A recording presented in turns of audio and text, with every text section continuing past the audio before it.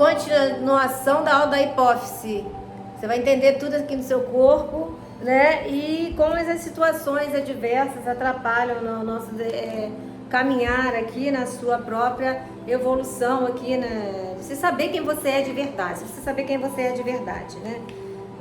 A capacidade do seu corpo, da pineal, da hipófise, terceiro olho, mas não adianta nada você entender isso aqui e não fazer por você a mudança que precisa ser mudada, né? Sabendo de todas as estruturas, você vai continuar num cubo, sem conhecimento e não entrando no seu projeto de vida, né? Atuando no seu projeto de vida, porque alguém te castra, é sacanagem, né?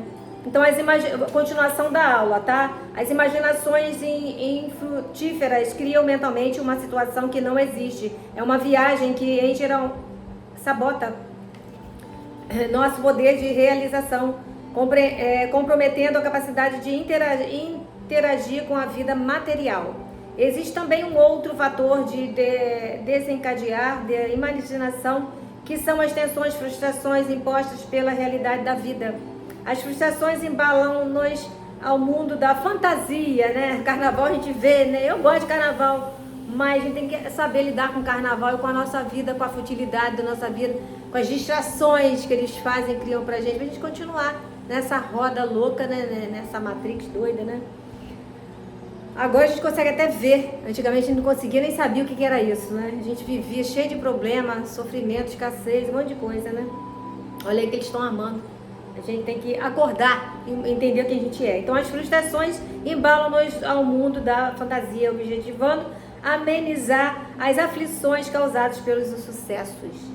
A tensão gerada por uma situação inusitada, como uma entrevista de emprego, só é amenizada pela imaginação. Distrai a pessoa com diversões, suposições. A pessoa imagina, por exemplo, ser recebida ou entrevistada por alguém conhecido. Quem sabe até lá esteja um colega, né, de faculdade ocupando uma posição de destaque naquela empresa. Suposições como essas deixam a pessoa mais relaxada e predisposta a ser bem-sucedida na entrevista. Esse é o modelo do bom uso da imaginação. Segundo o exemplo anterior, se a pessoa fica imaginando que irão exigir muito dela, que já foram entrevistadas outras mais bem preparadas para que ela ocupar aquela vaga, reduzindo a chance de contratação, isso irá provocar medo, desânimo, aumento da chance de fracassar. Esses são os casos típicos do mau uso da imaginação. Como vimos, é uma antecipação negativa, né, gente? Como vimos, a imaginação pode ser positiva ou negativa, dependendo da maneira como cada um costuma usá-la. Se for bem dirigida, irá amenizar as aflições e suavizar os estados apreensivos. O mau uso piora o nervosismo, agravando as preocupações. Imaginar situações ruins e mais comuns, visto que a mente é exatamente influenciada pela negatividade. Presta atenção. Os acontecimentos ruins causam mais impressão sobre ela do que os eventos bons. Por isso, temos a tendência de imaginar sempre o pior.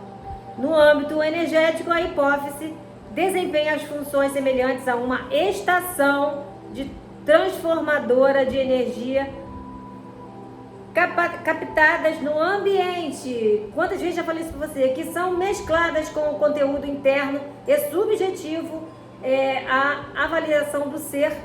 Essa única função equivale à atuação energética da pineal. Então, olha, isso tudo aqui tá aí dentro também, tá envolvido nisso, tá? Quantas vezes eu faço isso, ó, o vídeo com vocês é por isso também, para acordar, né? Nós temos uma coisa aqui que é, ó, senso percepção, essas coisas estão vindo para você estudar a verdade, conhecimento. Enquanto a glândula pineal tem função semelhante a uma espécie de antena, né, de captar as energias provenientes da própria alma, a hipófise mescla essa força interior, né, com as influências do meio externo, né? Então ela é aqui e aqui, né? Aqui e aqui. Pineal radar e a hipófise ela tá aqui e aqui, dentro e fora, né? Então, basicamente permitindo a nossa existência no mundo físico. O universo consciente, né, representa o conduto de ações dessa glândula Presta atenção, o universo consciente representa o conduto da ação dessas glândulas. Esse utiliza de nossos atributos internos, como a imaginação, as crenças e os valores que irão formar uma espécie de força motriz, né? Para uma função da hipófise, né? Quando vamos realizar algo na vida, esse impulso parte de nós, né? Em direção ao ambiente, né? Originalmente, essa vontade representa a condição soberana do ser, né?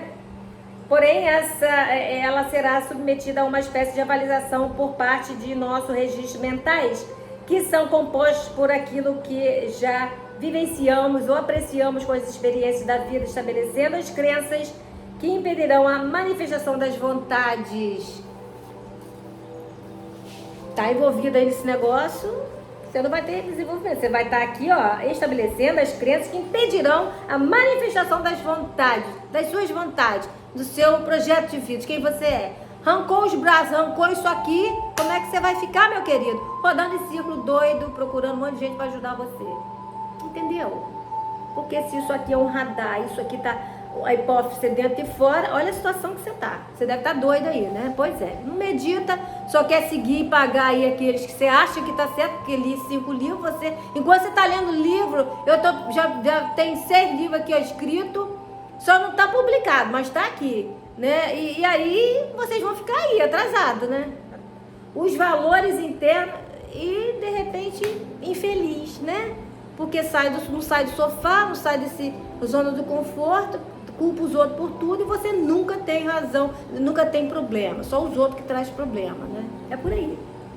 Os valores internos regem, mas aí cada um com seu cada um. A hora que você for despertar, é essa hora mesmo. Tem gente que não vai despertar nunca, gente.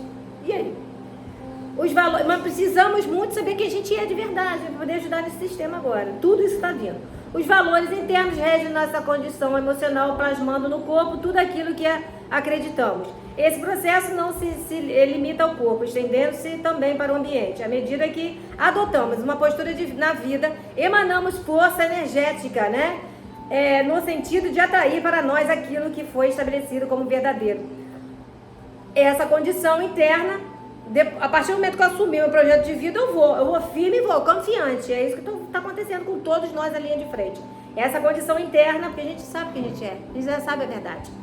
Essa condição interna mobiliza o poder de atração, estabelecendo à nossa volta situações compatíveis com aquilo que acreditamos.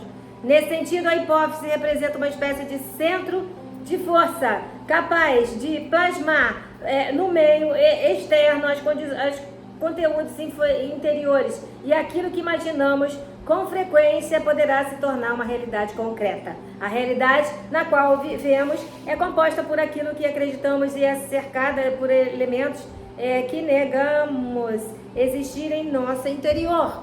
Aquilo que é rejeitado por nós será transferido para um ambiente, proporcionando um contato inevitável com aquelas situações que foram trabalhadas anteriormente, simplesmente desprezadas. Isso ocorre porque tentamos seguir um modelo de vida que não corresponde à nossa natureza íntima. Entretanto, insistimos em manter uma condição que não é compatível com os nossos reais sentimentos. Acabei de falar, gerando um conflito interior entre aquilo que sentimos e aquilo que queremos. Tem gente que quer a vida inteira e não faz nada, não levanta do sofá. Essa conflito, e já bota o negativo, podendo nem sair do sofá, nem tentar. Esse conflito também é transferido para fora, contagiando negativamente a realidade em que vivemos, fazendo surgir uma série de situações desagradáveis para serem normalizadas por nós. Paralelas à atuação no meio externo, ocorre uma transformação no mundo interno, enquanto resolvemos as complicações essenciais, apaziguando as turbulências emocionais geradas pela desarmonia interior. Para compreender melhor esse processo, tomamos como exemplo nossa necessidade de provar aos outros que somos uma boa pessoa, passamos a fazer tudo que nós pedem, mesmo que essas favorecem, nos agridem, né? Sim para tudo, você tá ferrado. Chega uma hora que explode, você briga com todo mundo. Inclusive com essa pessoa que você diz sim o tempo todo, mesmo querendo dizer não por dentro. Preocupar-se demasiadamente com os outros nos faz ser negligente com as nossas próprias necessidades. Esse impulso de negação, sufoco, pode manifestar-se em formas de temor pela violência. Tal comportamento atrai situações de risco, pois a violência que não admitimos existir em nós revela-se no meio em que vivemos. Assim sendo, a realidade de cada um é fruto daquilo que foi cultivado em seu interior. Para alterar alguns fatores desagradáveis de nossa existência, não adianta fugir deles, acionando os mecanismos imaginários, mas sim encará-las de frente. A transformação interior caminha com a realização no meio exterior. À medida que atuamos na vida, desenvolvemos nossos atributos e nos aprimoramos. Não dá tanta importância às situações desagradáveis. Representa um excelente recurso para superar os conflitos existenciais. É bom não fugir tampouco a dolar na confusão, porque isso tumultuará ainda mais as coisas, agravando as situações nocivas. Evite ficar ruminando mentalmente situações que não lhe fazem bem, porque isso canaliza as energias, potencializando o que é ruim. Não se ater à negatividade representada por uma atitude preventiva, no sentido de evitar e ser evitado por tais episódios. Por outro lado, o desejo excessivo por bons resultados interfere negativamente na sua realidade, dificultando o acesso àquilo que é agradável.